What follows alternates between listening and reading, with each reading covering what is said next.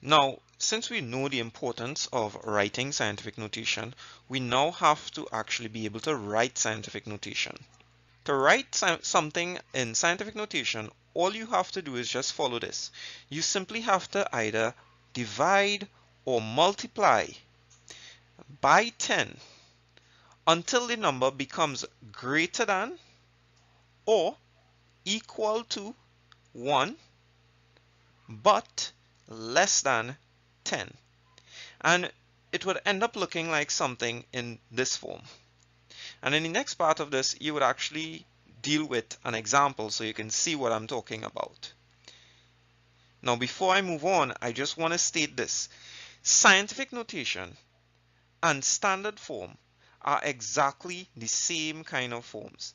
You would see these two names used interchangeably to refer to them, and all you have to do is remember that they are exactly the same. So the steps and procedures they use to figure out a scientific notation form is the exact same thing you're going to have to do for a standard form. So let's consider the example 120,000, and I'm going to take that number and write it in scientific notation. Remember the condition for scientific notation.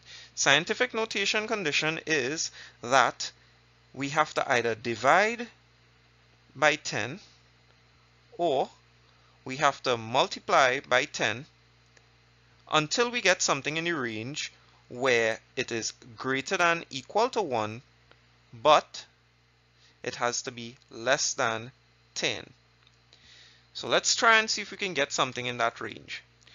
To change 120,000 into the range of 1 and 10, we would simply have to divide by 10 until we get a value in that range. If we multiply, we would get a value larger and it will never reach that range.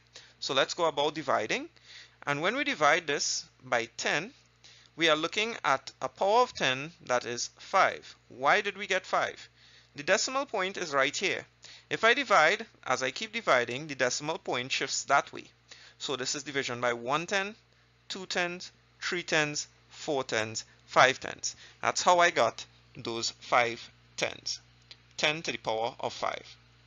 Now, I get the number 1.2 as a result of taking 120,000 and dividing it by 10 to the 5th power. Now, what I want to do is I want to get an equivalence written by 10 to the power of something for this. I want to get an equivalence, I'll say it again, I want to get an equivalence for this written as a power of 10. Right now I am seeing that I have a number of a power of 10 on the underneath. I want to get rid of this. So what I will do is I will use the identity property. The identity property, so that I'll be able to get 120,000, the identity property says that if I have a number, and in this case it's 1 upon 10 to the 5th, and I multiply that number by the exact same thing, I would be able to get the identity value for multiplication, which is 1. So that means I am taking this and multiplying it by 10 to the 5th power, and I will cancel this and cancel this. That means my 1.2 multiplied by 10 to the power of 5th would be equal to 120,000. Now the reason I have this multiplying on this side here as well, it's very simple. To keep it balanced, I need to do the same thing that I did to this side on this side, which is why I have that there. Now you will have the answer of 1.2 by 10 to the 5th, and this is scientific notation.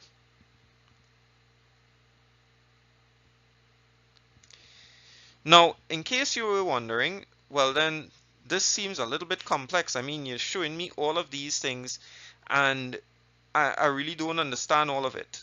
Well, let's try another example so that you can see if to get a better idea of it.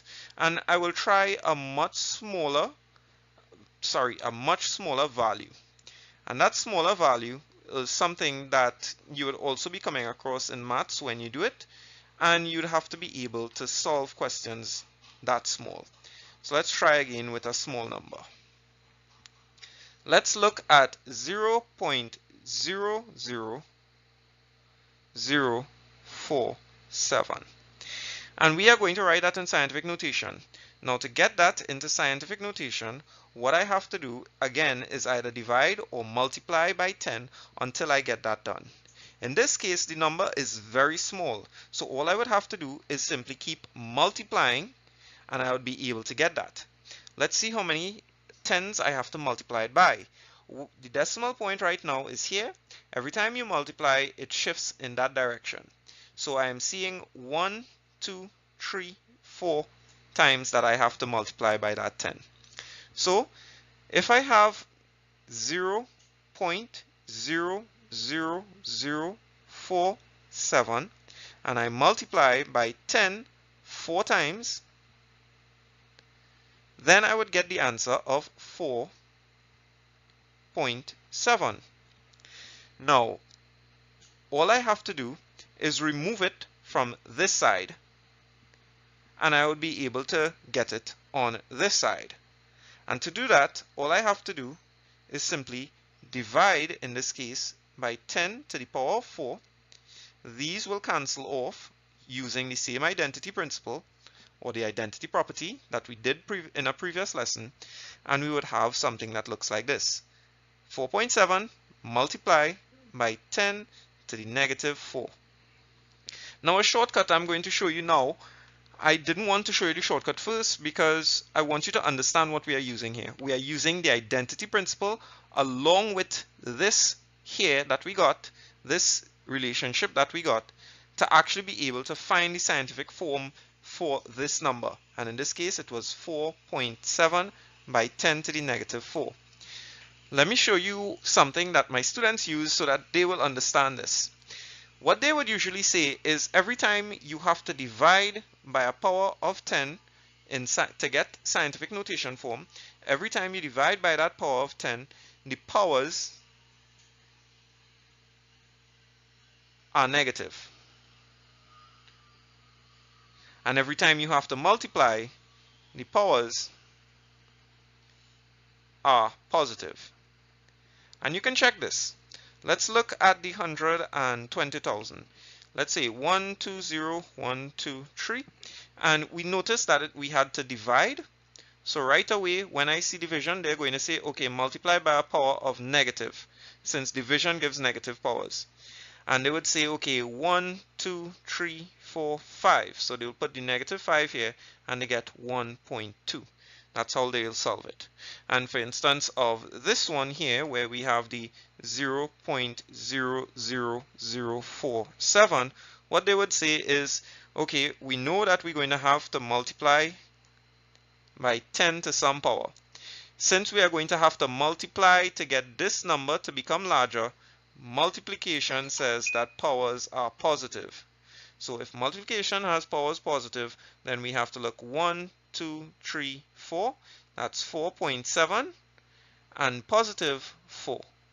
Notice they got the same answers and they were able to reason it in a different way, which is a good way that you should look at things. Try and figure things out in a way that you would understand it.